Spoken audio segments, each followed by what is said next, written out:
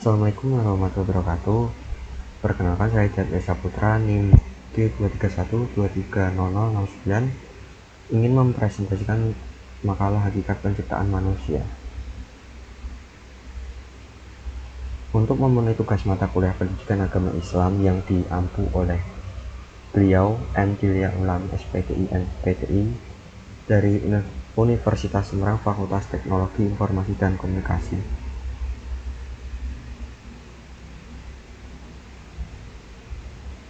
Puji syukur kami panjatkan kehadirat Allah Subhanahu wa Ta'ala atas rahmatnya sehingga saya dapat menyelesaikan penyusunan makalah ini yang berjudul Hakikat Penciptaan Manusia. Penulisan makalah ini merupakan salah satu tugas yang diberikan dalam mata kuliah pendidikan agama Islam di Universitas Semarang.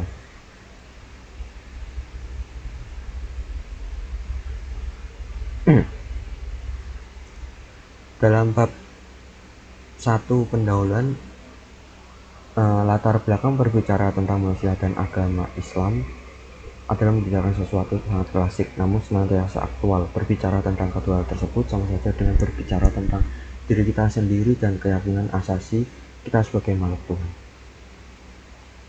Rumusan masalahnya, apa pengertian hakikat dan manusia, apa saja tujuan penciptaan manusia serta fungsi dan peran manusia, bagaimana tanggung jawab manusia sebagai hamba dan khalifah Allah Subhanahu wa Ta'ala, apa saja hakikat manusia. Tujuan penulisan makalah ini yaitu untuk mengetahui pengertian hakikat manusia, untuk mengetahui tujuan hakikat penciptaan manusia serta fungsi dan peran manusia, untuk mengetahui tanggung jawab manusia sebagai hamba dan khalifah Subhanahu wa Ta'ala, untuk mengetahui apa saja hakikat manusia itu. Bab 2, pembahasan hakikat manusia menurut Islam. Pengertian hakikat menurut bahasa hakikat berarti kebenaran atau sesuatu yang sebenarnya atau asal segala sesuatu. Dapat juga dikatakan itu adalah inti dari segala sesuatu atau yang menjadi jiwa sesuatu. Karena itu dapat dikatakan hakikat syariat adalah inti dan jiwa dari suatu syariat itu sendiri. Pengertian manusia adalah makhluk paling sempurna yang telah diciptakan Allah Subhanahu wa Ta'ala.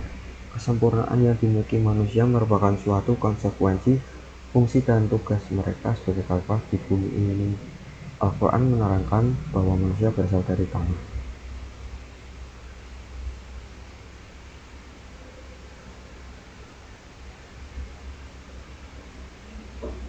Para penganut teori behaviorisme menyebut manusia sebagai homo mechanibus, manusia mesin.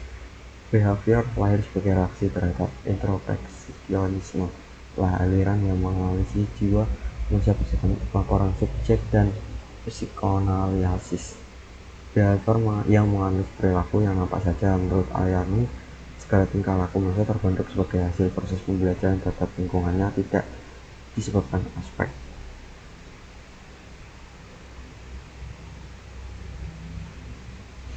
Dalam Al-Quran, istilah manusia ditemukan 3 kosakata yang berbeda dengan makna manusia, tetapi memiliki substansi yang berbeda, yaitu kata basyar, insan, dan al-nasyar. Basyar dalam Al-Quran disebutkan 37 kali, salah satunya Al-Kahfi. Qul innama ana basyarun mithalukum, sesungguhnya aku ini hanya seorang manusia seperti kamu. Kata basyar selalu dihubungkan pada sifat-sifat biologis seperti asalnya dari tanah liat atau lempung kering. Kata insan disebutkan dalam Al-Quran 65 kali, diantaranya Allah 5, yaitu mengenal insana ma'an,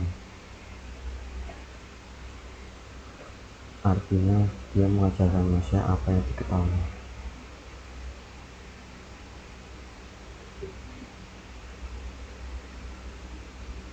Tujuan penciptaan manusia. Tujuan penciptaan manusia adalah menyembah kepada penciptaan Allah. Pengertian penyembahan kepada Allah tidak bisa diartikan secara sempit dengan hanya membayangkan aspek ritual yang tercermin dalam syahwat saja. Penyembahan berarti ketundukan Allah dalam hukum, dalam menjalankan kehidupan di muka bumi, bagi yang menyangkut hubungan manusia dengan Tuhan maupun dengan manusia. Fungsi dan peran manusia berpedoman pada Al-Quran surat Al-Baqarah ayat 30-36. Status dasar manusia yang mempelopori oleh Adam alaihissalam adalah sebagai khalifah. Jika khalifah adalah sebagai penerus ajaran Allah, maka peran yang bisa lakukan adalah penerus pelaku ajaran Allah dan sekaligus menjadi pelopor membudayakan ajaran Allah.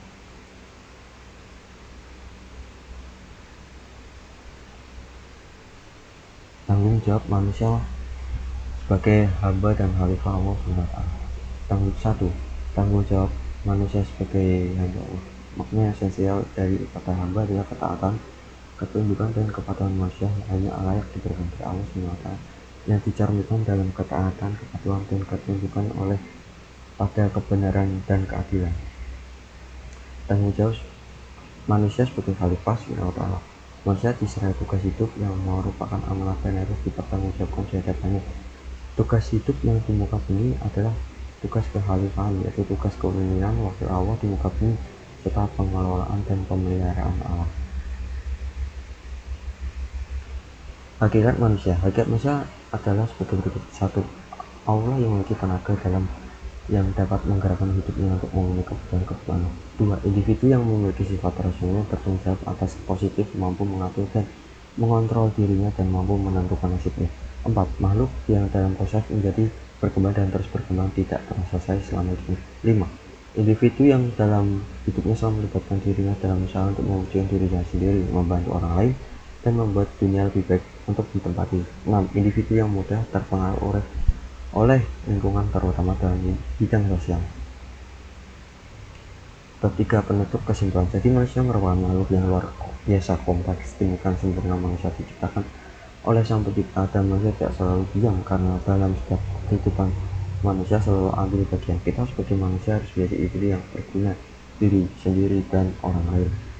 Manusia itu tidak sepenuhnya sempurna dalam kehidupan yang kita jalani, pasti selalu ada masalah yang tidak bisa kita.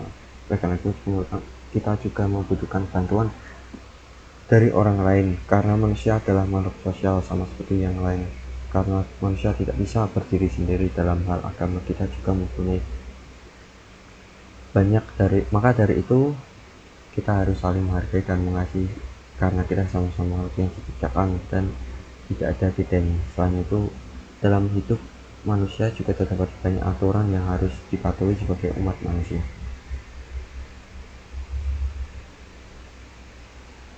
Terima kasih presentasi yang telah saya sampaikan.